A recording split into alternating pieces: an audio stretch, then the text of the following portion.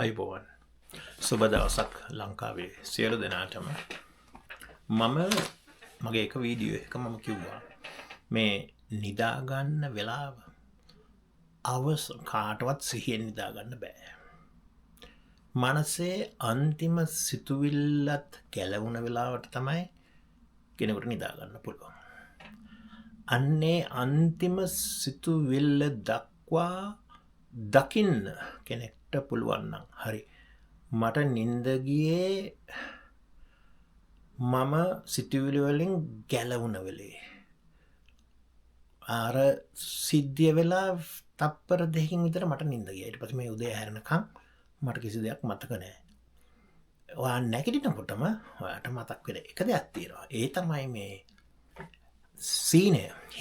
සිහිනය දැකපු එක ඒ සිහිනේ අන්තිම කොටස මතකයි ඔයා නැගිට්ට වෙලේම ටක් ගාලා සිහිනය ලියුවනම් සමහර මේ අපි කට්ටිය ඉන්නවා මේ සැබෑ ජීවිතයට වඩා සිහිනය හොඳට අත්දකින්න කට්ටිය සිහිනය හොඳටම මතකයි සැබෑ ජීවිතේ එයා සිහින ලෝකේ එච්චර ඇක්ටිව් නිසා මේක වයසක කට්ටියට ගොඩක් බලපාන දෙයක් මේ සැබෑ ලෝකය කොටසක් විදිහට දකින්න හරියට මේ පීසහයක මේ අර කෑල්ලක් කපලා ගන්න ඒ කෑල්ල වගේ තමයි මේ ජීවිතය ඒකේ මේ කෑල්ලේ වයසට යනවා එතකොට කන්න බොන්න ඕන වෙනවා ශරීර කෘත්‍යයට එළියට යන්න ඕන වෙනවා ඒ ටික තියෙනවා ඒ කෑල්ල නමුත් අර සීන ජීවිතය තුළදී අනිත් සියල්ල එයා දකිනවා අන්න එහෙම අපි දැන් කෙනෙක් මැරුණාම ඇත්තටම වෙන්නේ එයා අර මේ කෑල්ලෙන් මිදෙනවා ඇත්තටම ඕන කෙනෙක් මිදෙනවනේ අපි දන්නවනේ කෙනෙක් මිය ඇදුනහම එයාට අපි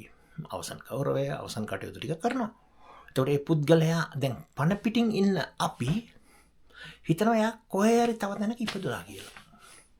එහෙම එකක් මන් දන්න දේ අනුවත් මේ සමාව ද්විත්වය සේවනය කරන ගොඩක් කට්ටියට ඒක ප්‍රබල නම් එයා තව තැනක ඉපදෙන්න පුළුවන්. ඒ ද්විත්වය කියන එක පැත්තක්නේ. අපි මේ මනුස්ස ජීවිතේට අපි ඉපදුනා කියන මනුස්ස ජීවිතේට ආවා කියන්නේ එක පැත්තකට ගමන් කරපු අර කකුල වගේ ගමන වගේ පැත්තකට ගමන් කරපු හින්දා තමයි අපි ඉපදුනේ. අපි කාගෙත් අඩුපාඩුවක් තියෙන හින්දා තමයි අපි ඉපදුනේ. අඩුපාඩුව. හැබැයි එකම දේ තමයි ඒ අඩුපාඩුව ඉවර කරගන්න. ඒ අඩුපාඩුව සම්පූර්ණ කරගන්න සියලු දේ දීලා තමයි ඔයා මේ ලෝකෙට ඇවිල්ලා තියෙන්නේ. ඒක තමයි මේ විශ්වයේ ක්‍රමය. ඔයාට සියල්ල ලබා දීලා තියෙන්නේ. අඩුපාඩුවක් ඇති නිසා ඔයා ඉපදුනා. ඔයා පිරිමියෙක් ලෙස ඉපදීම, ගැහණියෙක් ලෙස ඉපදීම, ඔයාගේ වටේ ඉන්න අම්මා තාත්තා කවුද? සමහරට ඔයා ඉපදෙනකොට ඔයාගේ තාත්තා ජීවතුන් අතර නැහැ, අම්මා ජීවතුන් අතර නැහැ. ඒ සියලු දේ ඒ හැදිලා තියෙන්නේ ඔයා ඉන්න ගම, ඒ ගමේ තියෙන ගල් තලාවක් තියෙනවා, කන්දක් තියෙනවා නම් ඒ හේතුව අපි හිතමු කතරගම. ඇයි කතරගම කියන්නේ? ඇයි කතරගම දේවාලි තියෙන්නේ මං උපදින ගමේ? ඒ හැම දේ යම් හේතුවක් නිසා ඒ හේතු ටික 100% හොයාගත්තොත් ඔයා පරිපූර්ණ බවට පත් වෙනවා. ඇයි මම ලංකාවේ ඉපදුනේ? ඇයි මම සිංහල භාෂාවක් කතා කරන්නේ? ඇයි මම පිටරටකට මට යන්න උනේ? ඒ සියල්ල හොයාගත්ත දවසට ඔයා මේකෙන් නිදහස්. ඒක හොයන්න වැඩිපුර data එකතු කරගෙන කියන්නේ තව රටවල් ඒ data ඔළුවෙන් අයින් වෙච්ච දාට තමයි ඔයා නිදහස් වෙන්නේ. ඒ කියන්නේ data අයින් වුණා කියන්නේ සම්පූර්ණ සමන හිස් මනුස්සෙක් නෙමෙයි. data ඕන තරම් පිරෙනවා. පිරුණාට ඔයාගේ ස්වභාවයෙන්ම ඔයා යම් තත්යකට ඇවිල්ලා තියෙනවා අද මේ ලෝකේ. ඒ data ඔයාගෙන් ගැලවිලා යනවා. මට ඒවා අදාළ නැහැ කියලා. දැන් අපි හිතමු මේ පොඩි ළමෙක් මේ දන ගාන ළමෙක්. එයා දන ගාගෙන යනවා ඇඳුමකුත් නැහැ. ගොඩක් ලංකාවේ කට්ටිය හෙළුවෙන් යන්නේ. එහෙම යද්දී අර පොඩි ළමයා දකින්න කැරපොත්තක් මෙහෙම දුවගෙන යනවා. ළමයා දන්න දෙයක් නැහැ. මෙහෙම කළා තටස් ගාලා ඒ කැරපොත්තව තලනවා. ඒ කැරපොත්තා මැරෙනවා. ඔයා දන්නවා බුද්ධ ආගමේ හැටියට ඒ ළමයාට පව් නැහැ. හැබැයි ප්‍රශ්නයක් තියෙනවා. එතකොට ඔයාට තේරෙන්නේ නැද්ද බුද්ධ ආගම හෝ මොනෑම ආගමක් මේක ඔළුවට දාගත්තොත් මේක ඉගෙන ගත්තොත් මේ ආගමෙන් මේ ජාතියෙන් මේ සියල්ලෙන් අපි මිනිස්සයා කියලා හරි ඒකේ අපි ඔළුවට කරපින්නා ගත්තොත් තමයි මේ පින්පව් කියලා දෙකක් හොඳ නරක එහෙම මේ දෙකක් තියෙන්නේ. ඒ දෙක ගඳ සුවඳ දැන් පිච්ච මල් සුවඳයි. ඒවා පිච්ච මල් ඇඟට ගහ ගන්නවා. මේ පිච්ච මල් ඇඟට සුවඳ ගහගත්තා වගේ ඇඟ කවමදාකවත් පිච්ච මලක් වගේ සුවඳ වේද? කවමදාකවත් නැහැ. එතකොට ඇයි අපි පිච්ච මල් සුවඳයි කියලා සම්මත කරගත්තේ? මේ ඇඟේ හැමදාම තියෙන දේවල් ගඳ දේවල්. ඇයි ඒකට අපි ගඳයි කියන්නේ? මේවත් එක්ක හැමදාම ඉන්න දෙන්නේ ගඳ. නෑවාම කිසිම ගඳක් සුවඳක් නැහැ. නාලා එළියට ආවම. නමුත් ඔයා නෑව කියලා පිච්ච මල් සුවඳ වෙන්නේ නැහැ. නමුත් අපි බොරුවට පිච්ච මල් එකක් ගහගෙන ඒක සුවඳයි කියලා සම්මත කරගෙන අපි දුක් විඳිනවා. මං කියන්නේ අන්නේ ඔක්කොගෙම ගැලවුණාම ඒ සියල්ලෙන් ගැලවුණාම නිදහස්. ඒ නිදහස අපි කාටවත් ලබන්න පුළුවන්. ඒකට ආගමක් අවශ්‍ය නැහැ. ජාතියක් කිසිම දෙයක් අවශ්‍ය නැහැ. අපි ඇස් දෙක මේ නිදාගෙන නැගිට්ටාම මේ ලෝකේ එක්ස්පීරියන්ස් කරන, ඒ කියන්නේ මේ ලෝකේ අත්දකින්න කිසිම දෙයක් ඒකට මේ අදාළ නැහැ. සම්මය නැහැ. කුසලය කියන එක ගැන පොඩි මේකක් මට කියන්න පුළුවන්. කුසලය කියන්නේ මං කලින් හිතනගත්ත කුසලතාවය. කුසලය කියන්නේ අතේ පයේ කුසලතාවය වගේම මැෂින් එකක් හරිය දැන් කරාටි ගහන කෙනෙකුට මේ හොඳට ඒවට කුසලතාවය තියෙනවා මෙහෙම එකක් ගහන්න. ඒ වගේ මේ මනසේ කුසලතාවය තියෙන මිනිහා ඉක්මන කාලය time is a healer කියලා වචනයක් අහලා තියෙනව නේද? time is a healer. කාලය මේ heal කියන්නේ සනස මේ කුසලතාවය තියෙන මනුස්සයට මේ ඇසුරු සැනින් ඒ ටයිම් කල්පවතින්ද මේ කල්බලන් ඉන්න ඕනේ නැහැ මේක ඉවර වෙනකන් කියලා. ඒ වෙලෙම ඉවර කරන්න පුළුවන්. ඒ කියන්නේ මේ ඩේටා වලින් මගේ එක මෙයා මට මේ දේවල් කරනවා ඒවෙන් ඉක්මනින් ගැලවෙන්න පුළුවන්. දැන් උදාහරණයක් කියන්නම්. ඔයා දැන් අහන ගමේ හර්මානිස් අයියා කාගේවත් නෙවෙයි කඩේ හන්දියේ ඉඳපු මනුස්සයා මැරුණා කියමුකෝ. අයියෝ හොඳ මනුස්සයා අපිට අඩු මිලට බඩු දීපු කෙනා කියලා අපි දුක් වෙනවා. ඒ වගේ මේ එයා අපි යන්තම් දන්නවා. කාගේ කවුව අපේ කවුරුවත් නෙවෙයි. ඒ වුණාට ඔයාගේ තමන්ගේ ළඟ කෙනෙක් නම් අපි අඬනවා වැළපෙනවා. නමුත් දැන් මේ කතා කරන මොහොතේ මිනිස්සු ඉපදෙනවා මැරෙනවා. ඉපදුනා කියලා අපි සතුටු වෙන්නේ නැහැ. මැරුණා කියලා අපි දුක් වෙන්නේ නැහැ. මේ දුක කියන එක බොරුවක්. සම්පූර්ණ බොරුවක්. ඒකයි මේ ප්‍රශ්නේ. මේවට මිනිස්සු මට බණී හොඳට ඒනට දුක කියන එක ඒක තමයි බුදුහාමුදුරුවෝ කියලා දෙන්නේ මේක නිවන්න පුළුවන් කියලා. මේ කතාවේ ඒක තියෙනවා. නමුත් මං කිව්ව විදිහට ආගම මම මේකට ගහගන්න නැහැ. මොකද ඔයගොල්ලෝ බෞද්ධ රටක ඉන්න නිසා මම පොඩි ඒ වගේ පොඩි උදාහරණයක් ගෙනාවා. ඉතින් අපි හිතමු දැන් මේ කතාවේ අපි මිනිස්සු වෙලා ඉපදුනේ මේක මේ කතා කළා. මේ කතාවේ තමයි ඉතුරු අපේ මේ අර අසම්පූර්ණතාවය සම්පූර්ණ කරගන්න ඉතුරු ටික තියෙන්නේ මේ කතාවේ.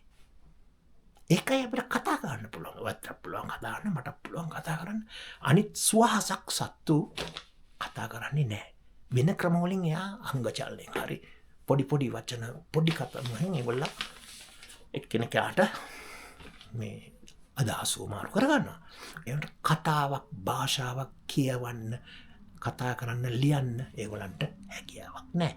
ඒ කියන්නේ ඔයගොල්ලෝ අපි මේ ඔක්කොම එකට ඇවිල්ලා තියෙන මේ එක බන්ච් එකට එක සමූහයට මේ කතාවේ තමයි අපේ ඉතුරු ටික තියෙන්නේ. අනිත් සියලු දේවල් කළා ඉවර වෙලා තමයි අපි මෙතනට ඇවිල්ලා තියෙන්නේ. ඒ හින්දා දැන් කියනවා සමහර කට්ටිය කරනවා තිරිසන් ලෝකේ ඉපදේවි මිනිස්සෙක් වෙලා ආවයින් පස්සේ මම නම් හිතන්නේ නැහැ ඒකට ආපහු ඒ කෙනෙකුට මේ තිරිසන් ලෝකේ කියන්නේ මේ අපේ වගේම ඇඟපත තියෙන තව සත්තු ඉන්නවා මේ කතා කරන්නේ නැහැ තව ಜಾති ඉන්නවා. ඉතින් ඒ හින්දා අපිට මේ මම මේක പ്രേත ලෝකයේ කියපුවම මේක ආගමකට නැඹුරු වෙනවා. නමුත් එහෙම ලෝක තියෙනවා කියලා ඒක මම හිතන්නේ එහෙම දේවල් මේකින් නැහැ. දැක ඒ වගේම දිව්‍ය ලෝකේ කියන එකක් නෑ. ඔයාගේ දිව්‍ය ලෝකය මේකමයි. ඔයාගේ ඒ പ്രേත ලෝකය හරි ඒ අමනුස්ස ඒ දුක් ලෝකය හෝ සැප ලෝකය මේ ලෝකෙම විතරයි. මං කියවනේ මේක ඉපදීම ජීවත් වීම මරණය තුලින් මම මේක කියන්නේ කියලා. දැන් ඔයා දන්නවද මේ 107යි මේ අපි කතා කරන දේ මිනිහෙකුට තේරුම් යන්නේ.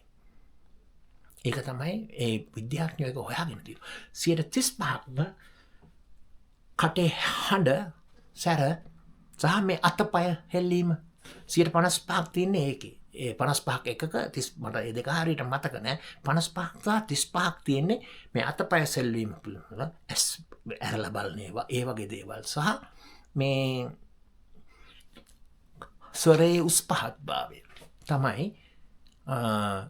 අනිතේ. අර සත්තු ගොඩක් වෙලාට ප්‍රයෝජනය ගන්නේ අතපය හෙල්ලීම ස්වරයේ උස් පහත් භාවය කතාව 107 තුල තමයි අපි ඔගේ මගේ අපි සියල්ලගේ මේ රහස සැඟවිලා තියෙන්නේ.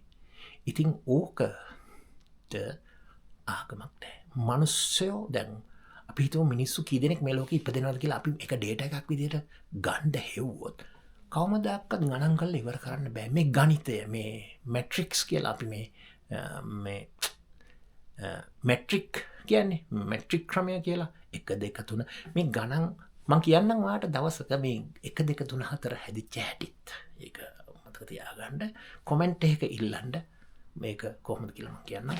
ඉතින් මේ කතාව මේ තුල තමයි අපි ඔබගේ සෑම කට්ටියගේ අවබෝධය තියෙන්නේ. අපි එච්චර සියුම් තත්ත්වයට ඇවිල්ලා මනුස්සය. නමුත් අපි මේ භෞතික ලෝකෙනේ ඉන්නේ. ඒ ලෝකේ අනිත් අංග චලන වලින් අපිට ලොකු මැසේජ් එකක් දෙන්න පුළුවන්. අංග චලන කට උස පහ දැන් මගේ ඇත්තටම මම ඉදපු මැනේජ්මන්ට් මම ජොබ් එකක ඉන්නේ.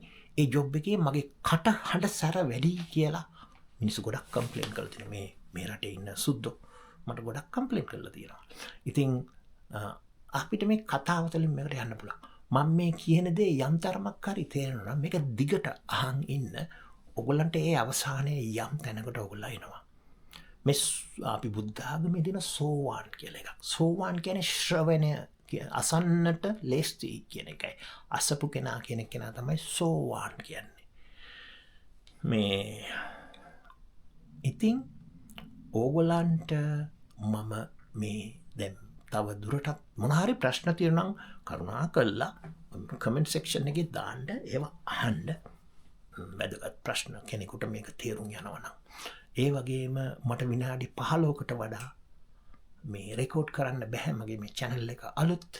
ඉතින් ඒකත් ප්‍රශ්නයක්. තව විනාඩි ගානයි තියෙන්නේ.